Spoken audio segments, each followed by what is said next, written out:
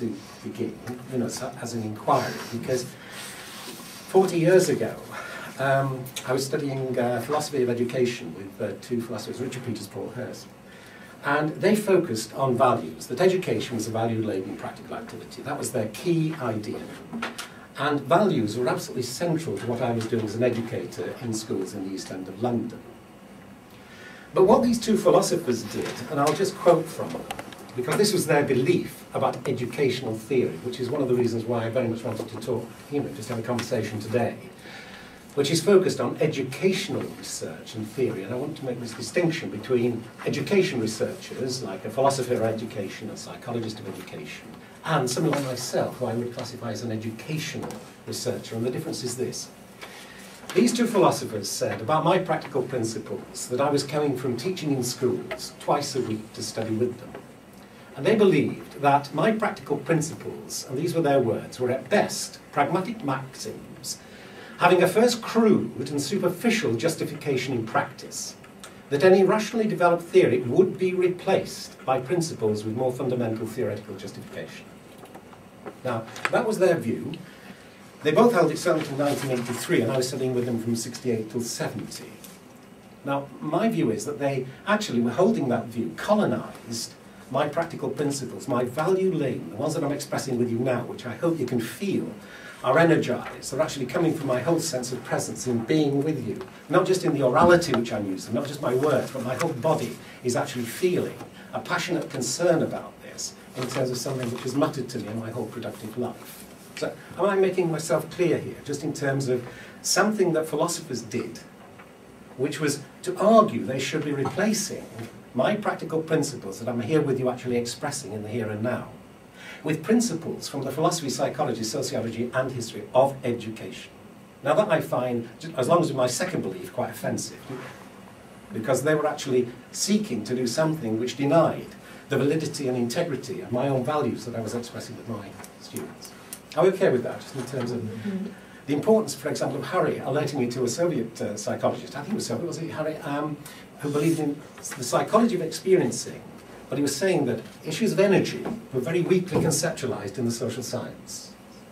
So I also want to bring in that sense of energy, which I'm hoping you're feeling with me now, because I do love what I do, and just being here with you today, and also Jaan, is a privilege. And what I would just want to show you very quickly is where I was expressing what I think are emotionally held values with energy, and it's a reenactment of my appearance before a Senate committee about that we're investigating a matter of my academic freedom. Okay? And it'd been set up by Senate because they believed that there was prima facie evidence of a breach of my academic freedom. This committee came up with a report which just said, Mr. Whitehead's academic freedom has not been breached. That was their conclusion. And I went to argue with them about their draft, because my argument was that they had failed to recognise the pressure to which I've been subjected here to come up with that conclusion. Now this is where I reenact it, and I think you'll feel the values, the energy, the passion. Now it so happens that then changed their draft to acknowledge Mr. Whitehead's persistence in the face of pressure, that a less determined individual would have been constrained. But I just want you to feel what I'm on about in terms of the energy and the values. Let's just see if this, and this is where I'm just starting to talk about, as I left this room with this committee, and I felt totally defeated, abject humiliation. As I got to the door, something happened, and I actually turned, and I felt this amazing surge of energy, and I faced the committee. So from that moment, which I may pick up on, I'm not sure, but it was a total defeat, humiliation, and then something literally filled me with an energy. And this was my reenactment, and I can still feel it, even as I'm talking with you now. Let's just see if it'll play.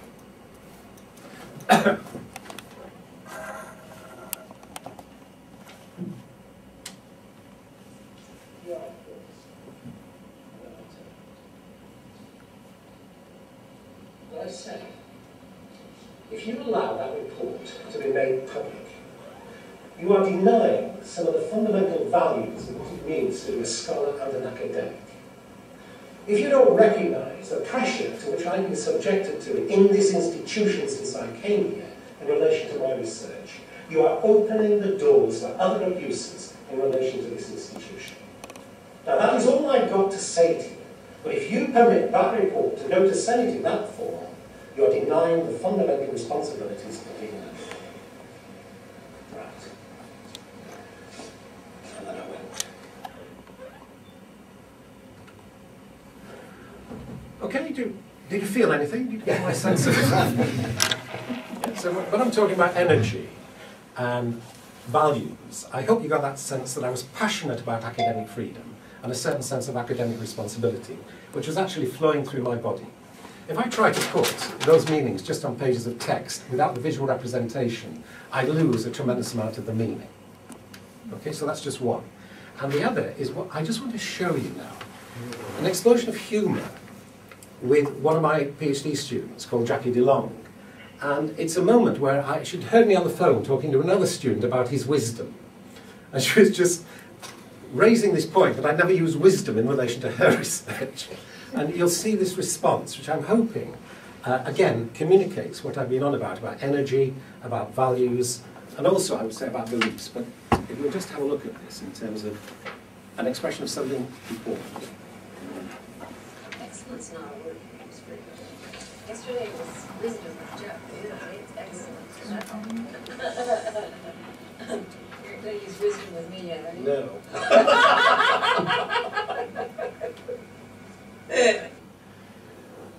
Okay, now, that moment, until it happened, neither of us would know that there would be the explosion of laughter and the energy which actually characterises a passion that we both have for the educational research is being expressed in a way that I'm claiming we need to find appropriate forms of representation, like this visual representation, so that we can get closer to that sense of the expression of energy and passion which connects with the values that we hold, which as soon as we try to put solely, and I'm meaning this solely in terms of what we can call a scribal literacy or a propositional form, lose almost most of the meanings that are actually being expressed through the embodied presence.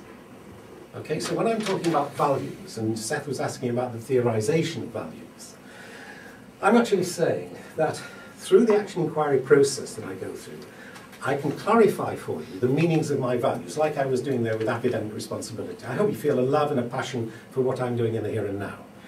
I think that I can clarify the meanings of those values, which are energized, and in the clarification, they can become explanatory principles, which I think should satisfy Seth's interest in theory, because my understanding of a theory is that it is essentially an explanatory framework.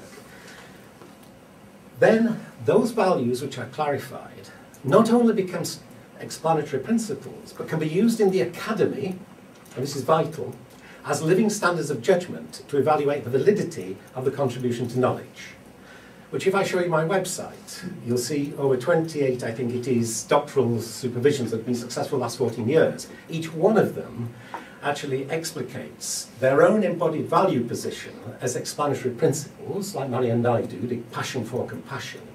But more than that, they offer these as living standards of judgment, epistemological judgments, so they're making a fundamental contribution and original contribution to educational knowledge. Okay.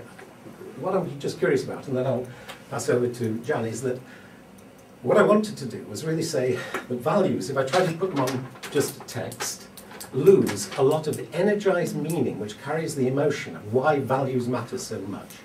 And you can't do educational research without approving it as educational. This is the key thing about values in relation to education. It's values laden. And this is why I don't accept that educational research is simply a subset of social science. Okay, I think that educational research, because it is to do with the individual actually making sense